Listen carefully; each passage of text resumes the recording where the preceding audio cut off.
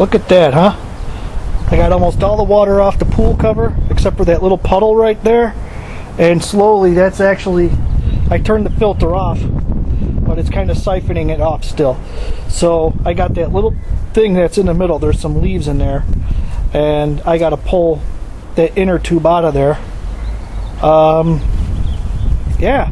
So, like I said, you know, before, I know that today's what, the last day of April.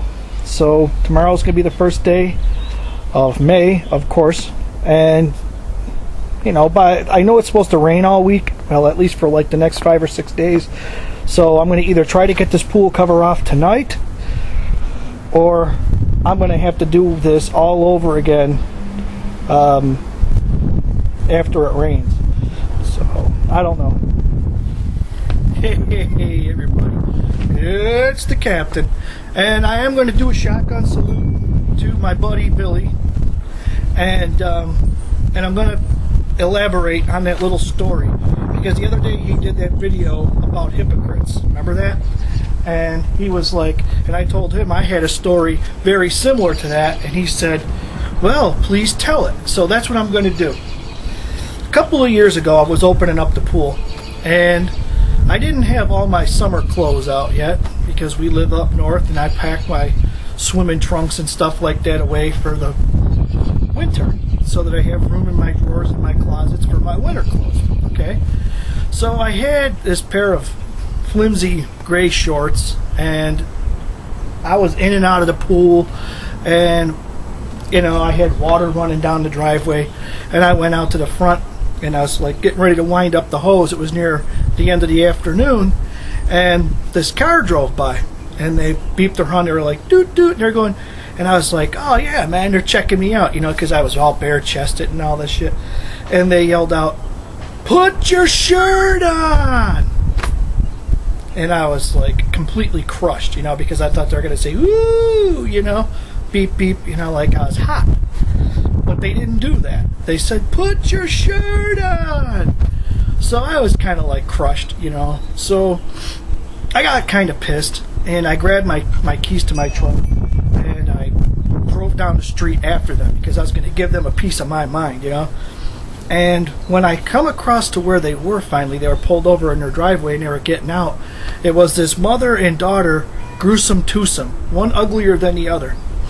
And it was hard to tell which one was the mother and which one was the daughter, but I found out later on which was which. And they were big girls to start off with. They were very big, and they were ugly. I mean, it's like, you know, I know a lot of big girls that are pretty. You know, they got really nice looking faces. They're cute. I wouldn't mind getting with them if I wasn't married. So I don't have anything against bigger girls. But these girls, not only were they big, but they were fugly, man. And you know what that means. Fucking ugly. So it was vomit-inducing, you know. And I was going to pull over and say something, but I was like, you know, what haven't these girls already heard in their life? And what more are they going to hear? I mean, the daughter looked like the only person that was ever going to kiss her in her whole life would be her father or somebody who couldn't see.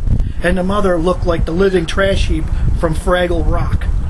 So that's my story. You know, talk about hypocrisy.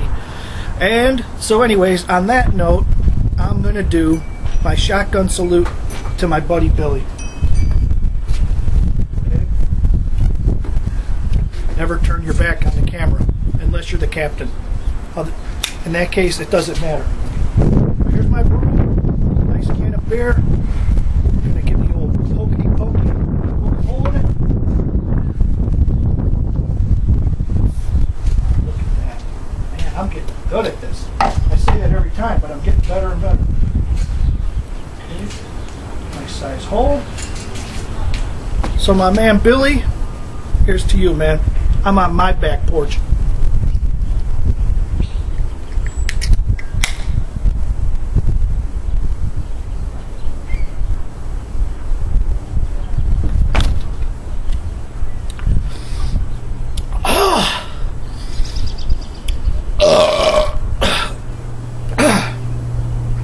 Here's to you, Billy. Peace. Bless you, man.